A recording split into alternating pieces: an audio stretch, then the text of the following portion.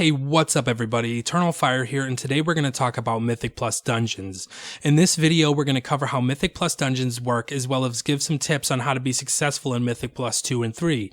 For starters, when you complete a regular Mythic Dungeon, you will receive a plus 2 keystone for either the dungeon you completed or a random dungeon you are eligible for.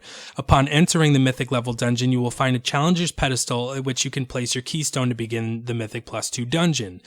Once you place your keystone, you will see the dungeon modifiers. For example, for level 2 and 3, it will simply give a slight increase to enemy health and damage output. There won't be any exact modifiers.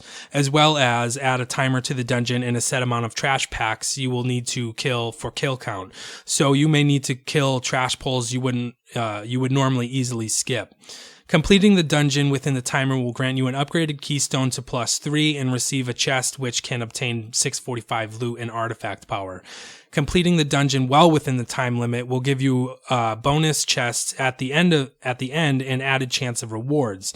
So also, if you get it well within the timer and you get more chests, you'll get an extra upgraded keystone. So instead of going from 2 to 3, if you get 2 chests, your keystone will go to 4. If you do not complete the dungeon in the time frame, you will still receive a chest for finishing the dungeon, but then you will have a depleted keystone. At this point, you'll have to run it again to refresh your keystone, but you'll have no loot at the end. It'll just be refreshing your keystone. If you're running with friends, it is easier just to use someone else's keystone, honestly. Loot in Mythic can range from 645 all the way to 880 item level, depending on the level difficulty you are completing.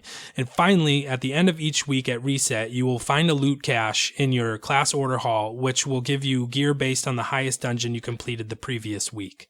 You can do Mythic Plus dungeons with your guild of friends, or do them via looking for Group Finder. At any level keystone, it's pretty easy to find a group, as this is a very popular method for getting good gear and farming artifact power. And there are many groups who will be happy to carry your low level keystone for the chance of getting multiple chests at the end. Now let's talk about some tips for Mythic Plus 2 and 3. You will be challenged in Mythic Plus dungeons to put out a better performance whether you are tanking, healing, or a DPS class. Your group will need to be aware of the mechanics each mob has, so you can either plan to prevent the damage incoming or use a cooldown to survive through it. First, let's talk about tanking. Tanks control the speed at which your group moves through the dungeon, and since there is a timer, this is really important. But there are some things you need to be careful for. Number 1, know what you can handle with cooldowns used, and know what you can handle without cooldowns. Basically, if Trash Pack A shouldn't require a defensive cooldown, then don't use it. If Trash Pack B is a large pull and will require a defensive, always be thinking ahead and planning when is the best time to pop your survivability cooldowns. Communicate with your healer when using large cooldowns so you can spread them out instead of both using them on the same pull and then having nothing available for the next one. The more you run Mythic Plus dungeons, the better you will be able to tell which pulls hurt and which pulls don't as much. Number 2. Kill count is an added feature of Mythic Plus dungeons, which forces you to kill a certain number of non-boss enemies. As the one making the pulls, you need to be aware of how many mobs you need to kill and how many you can skip.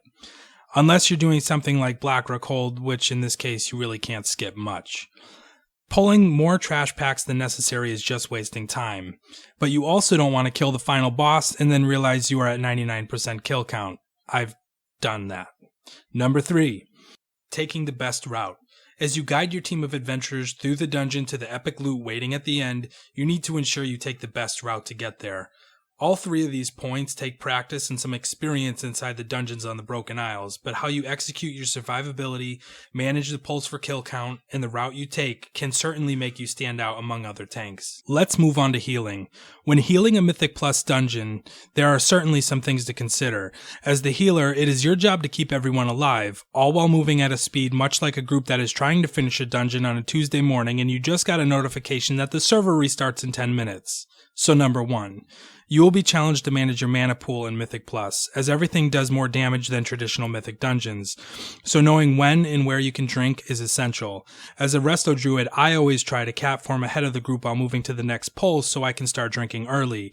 This is better than not letting everyone get ahead of you while you drink than having to wait to catch up, as this will just waste seconds on the timer.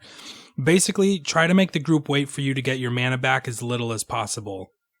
Number 2, like tanks, know the pulls and communicate with your tank when he will be using one of his defensive cooldowns versus you using a healing cooldown.